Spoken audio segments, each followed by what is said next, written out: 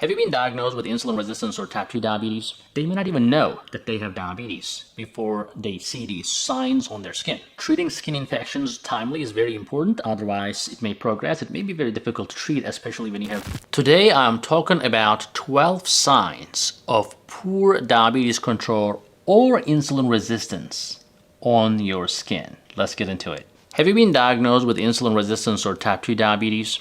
There are 12 signs that you have to look out for. Hi everyone, I'm Dr. Ergin. I'm an endocrinologist.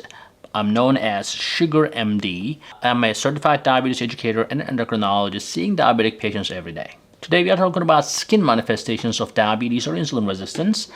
And as you know, skin is one of the many organs that can be affected by diabetes. Diabetics who notice their skin being irritated by the diabetes may actually have high blood sugars due to uncontrolled diabetes, or they may not even know that they have diabetes before they see these signs on their skin. Make sure you watch the entire video because I promise you will learn something new and amazing today that will come handy later. I hope you never have it, but if you see on someone, you may alert them. I'll give you a few tips about how to self-care about some of the conditions that I'm going to talk about, and they're going to be spread around this video, so you better watch entire video if you want to get all the tips and tricks. I'm sure you will appreciate to hear all these. Now, it's important to see your diabetes doctor and dermatologist occasionally if you're seeing any of the following signs, okay? Number one, skin patches that are yellow, reddish, or brown. In other words, we call this lipoidica necrobiosis. These are small raised firm bumps that resemble pimples that are common symptoms of that disorder. These pimples become bloated, hard patches of skin as the time goes on. Yellow, reddish, or brown spots can also appear in time. Necrobiosis lipoidica is characterized by red, puffy, and hard patches on the legs. You may also notice the following things. The skin around it may have a gleaming porcelain-like finish. The blood vessels can also be seen. Your skin can be irritated and inflamed. That skin condition goes through phases of activity and inactivity, or sometimes reactivation. So again, necrobiosis lipoidica is a medical term for this. I would say take action now. If you have not been diagnosed with diabetes, or if you have uncontrolled diabetes, you need to either get tested or control your diabetes better. Make sure you work with your doctor to improve your diabetes management if you are having that condition. Although necrobiosis lipoidica is not harmful, it can cause difficulties and it is definitely not very sightly. Number two, velvety feeling.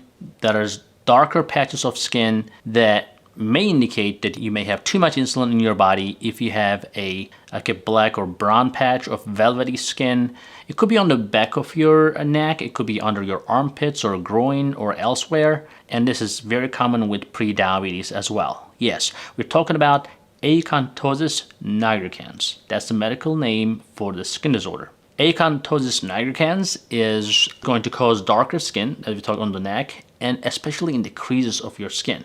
May be the first indicator of diabetes or insulin resistance. Number three, skin that is hardening and thickening. Well, we call that digital sclerosis. It's a medical term for that, and it affects the fingers. It can affect your toes or both. On your hands, the back of your hands will have a tight, waxy skin.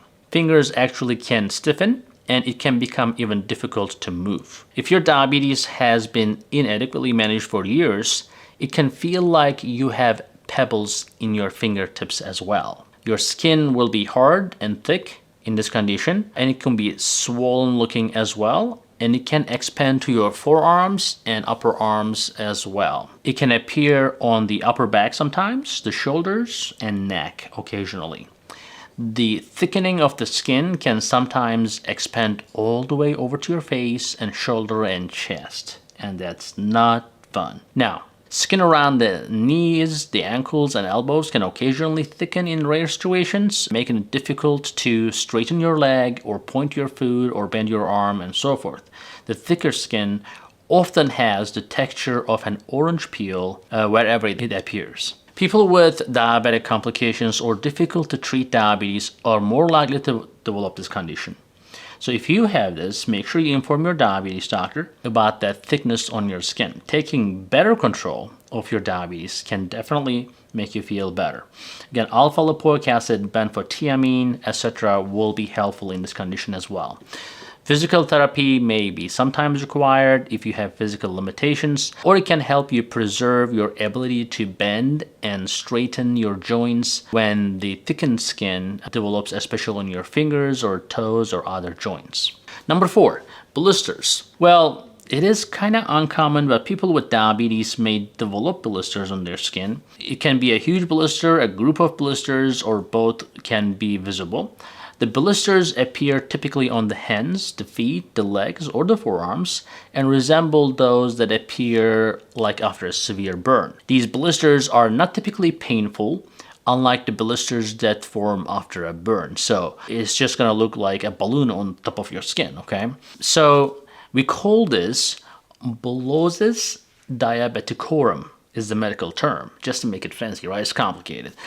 Or we call this diabetic bully, if you want to consider an easier name for it. Those blisters should be reported to your doctor because you will want to take precautions to avoid the infection. So I would say consult with your primary care doctor or your podiatrist or your dermatologist, or if you have a diabetes coach, and get some advice on how to effectively manage your diabetes and that blister. Number 5. Infections on the skin. Well, if you're experiencing a lot of yeast infections, if you are experiencing any sort of infection, if you're prone to infection, then you may have diabetes or uncontrolled diabetes.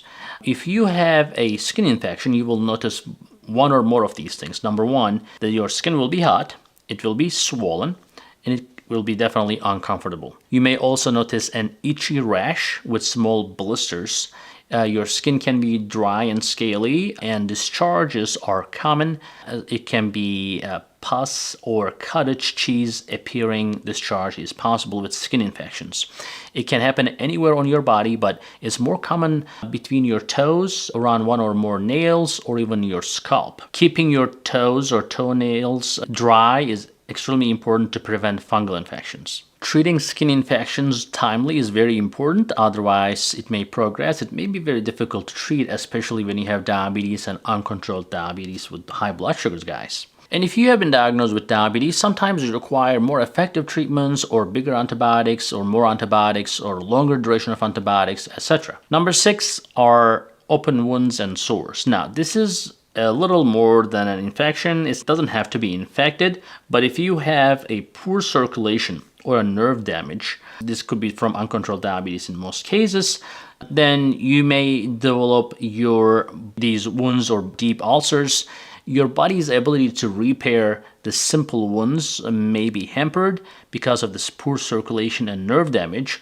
As a result, when you have a little lesion, it becomes complicated and gets deeper and deeper, and it turns into an ulcer, an open lesion that is prone to infection. So if you have diabetes, you should inspect your feet for sores and open wounds on a daily basis. Don't really expect your doctor or nurse to check your feet like every 3 to 6 months, because if you have a lesion, it may get worse within a few days. So you need to check it every day, do your own investigation. It is, I'm telling you, 100 times more effective. If you have an open sore or wound, I would say seek medical attention right away, because untreated lesions can lead to severe infections and sometimes amputation. I need you to work with your doctor closely if you see things like that on your skin. Number 7, shin spots. The skin condition generates spots and occasionally some lines on the skin that create a barely visible depression. Patients with diabetes are more likely to experience that condition, although it's not specific to diabetics, but we call this diabetic dermopathy anyways if you have diabetes. It typically develops on the shins. In rare circumstances, it can appear on the arms, the thighs, the trunk, or other parts of your body as well. These brown spots are common and they actually have no symptoms. Many individuals mistake them for like aging spots as a result of these, having no symptoms. These spots or lines, unlike age spots, normally vanish within 18 to 24 months. Diabetic dermopathy can last sometimes permanently if you do not control your diabetes. Number 8, is small reddish yellow lumps.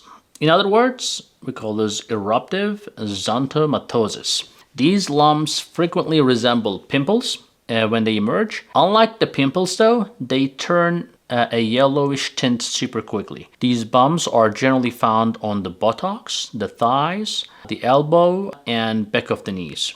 They can, however, form pretty much anywhere.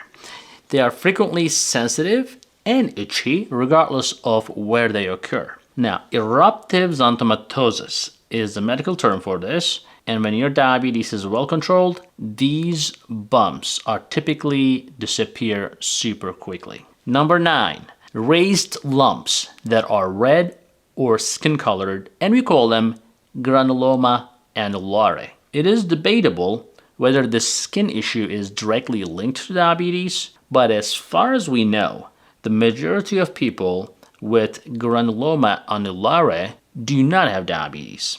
But on the other hand, a lot of investigations also discovered that this skin problem specifically is more common in diabetic people. So in a way that most people do not have, but let's say the incidence of that disorder is like 1% in a non-diabetic, but 3% in a diabetic. So it makes diabetics more susceptible to this skin disorder. So if you have granuloma annulare that comes and goes, you should be evaluated for diabetes according to a few studies that are published recently. This skin disorder causes bumps, and it also comes with patches that are skin colored, sometimes red and pink or bluish and purple. So if you get pimples like the ones seen, especially below, like this one here, tell your doctor, especially if they're coming and going. All right. Number 10, the most common one, dry, itchy skin. That's extremely dry, itchy skin is super common in people with diabetes.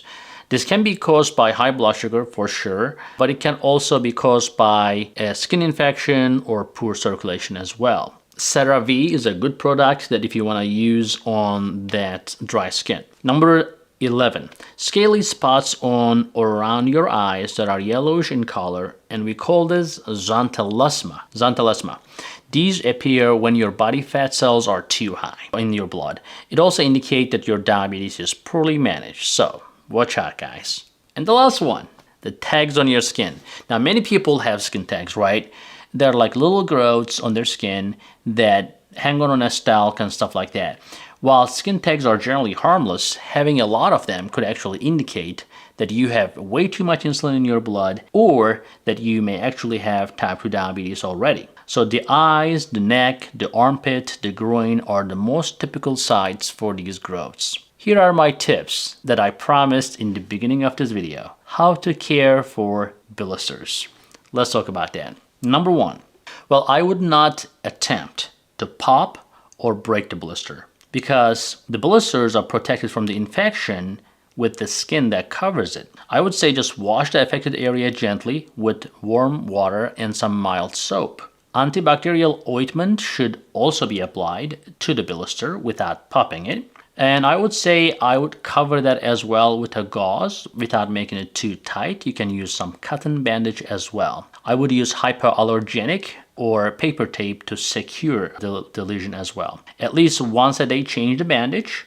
Wear a different pair of shoes until the blister cures, if it is on your foot especially, and if it is due to your shoes. Now, let's talk about small cuts and rashes. How to really take care of them. You need to wash the affected area, again, gently with warm and mild soap. Do not try to dump alcohol on it. That's not really going to help and it can actually hurt it. I would say apply some antibiotic to the affected area. Cover it again with gauze pad or a cotton bandage. I would use some hypoallergenic paper tape to secure it. And I would say again, change your bandage once a day. I would also check the area frequently to ensure that the discomfort is not worsening and the infection is not worsening or developing. So, that concludes our video today. I hope you learned something new today. Remember to like, share, and subscribe, guys.